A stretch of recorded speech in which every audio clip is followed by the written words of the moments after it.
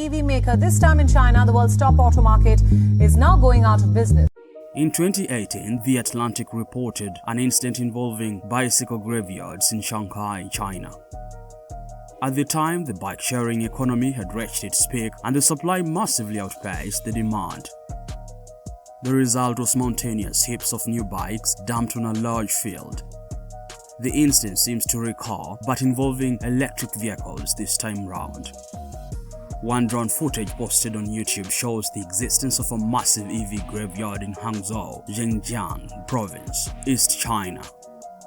According to the YouTuber behind the video, Winston Sterzel, EV manufacturers in China have been using dirty tactics to balloon their EV sales to get more incentives from the government or raise more capital from investors. Though the whole subject is debatable, there are stronger arguments to claim that Winston's drone footage could be true and that some fancy electric cars are rotting somewhere in China. This video will explain all there is to know about China's electric vehicle graveyard, including the size of the alleged graveyard, the models dumped and the claims. Let's dive in. About the EV graveyard and the car models. According to reports, the EV graveyard in Hangzhou is at least 15,000 square meters, which is massive, and the property is also believed to be a commercial business property. Though the identity of all car models on the Hangzhou graveyard isn't clear, the majority as seen from Winston's video are BYD, E3, Geely Kandi, and Neta V. According to the video by Mr. Sterzel, all abandoned electric cars have registration number plates on them, but that's not the only thing to note. These electric cars also appear to be in good condition. The video footage shows vehicles with an odometer reading of less than 31 miles.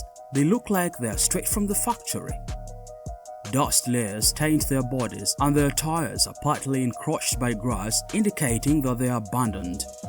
Interiorly, they look new, as you can tell from the unwrapped seats and shining screens. The claimed by the China's People Daily.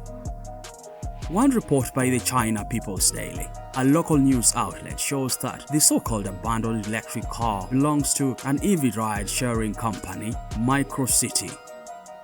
The local newspaper claims that thousands of Kandi 11, among other fancy models, were left at the alleged EV graveyard. However, the Microcity argues that these EVs were not really abandoned, but reports suggest no nearby cars for rental or ride-sharing. One interviewed villager claims that Microcity have been paying him about 30,000 yuan, which is equivalent to 4,500 US dollars yearly for the parking spot. At the same time, another interviewee claimed to have been denied entry into the car cemetery when she was too curious to check it out. Well, that begs the question, is the video footage real? If yes, why were these electric cars abandoned? How about Microcity? Is their claim of the vehicles available for rental true? What's more, who of the two is telling the truth? Could it be that the first interviewee is covering up for Microcity and that's why they wouldn't allow for the second interviewee to get near the EVs? To answer that, let's consider another claim, the YouTube video behind the contested debate. The YouTuber's claim. According to the YouTuber behind China's electric vehicle graveyard, the car cemeteries are evidence of what EV manufacturers are doing to get the government incentives and even more capital from investors. The YouTuber alleges that all the abandoned electric cars had registration plates on, which means one thing, that the cars were registered.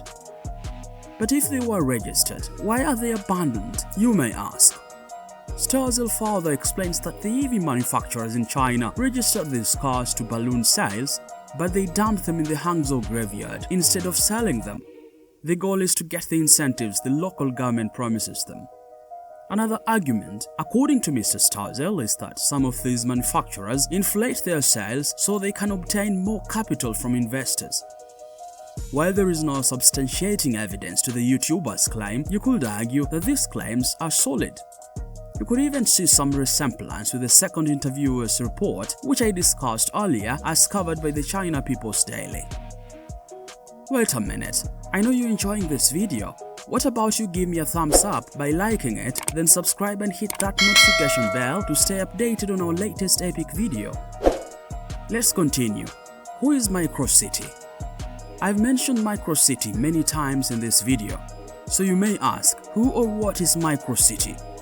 MicroCity is an EV ride-sharing company in China, arguably the most successful. The company was established in 2013 and quickly emerged as a pacesetter in China's ride-sharing economy. MicroCity enjoys some backing from automotive giant Geely. Interestingly, MicroCity thrived initially due to substantial monetary support from the local government through subsidies. However, there are claims that greed might have gotten their way, forcing them to inflate their sales. By 2016, just before things started to go haywire, MicroCity enjoyed a fleet of about 11,000 vehicles and was on course to expand its operations beyond Hangzhou. However, according to Winston, the YouTuber, things started changing when the EV sharing gospel began to gain ground. MicroCity and other ride-sharing companies registered many vehicles in a way that the supply was too much for the demand. The result was the massive EV cemetery in Hangzhou. Could it be that MicroCity failed in the car rental business, leading to the abandonment of EVs? However, given that so many car rental services failed during this period around 2019, it could explain the existence of the car graveyard. But again, it's all debatable. But is MicroCity the only affected ride-sharing company? MicroCity might have been the hardest hit by the EV ride-sharing fiasco, but it's not the only affected company. Many other EV ride-sharing companies had a similar fate, suffering bankruptcy. Togo, another prominent car-sharing company, hasn't looked the same since 2018, and the same goes for Tofu. Those companies have seen investors gather at their offices to request their money back. Such incidents show the financial struggles car-sharing services go through in China. According to Zhihu, a famous Q&A forum in China, most users are disappointed with the EV ride-sharing idea, citing difficulty restarting the car after a stop.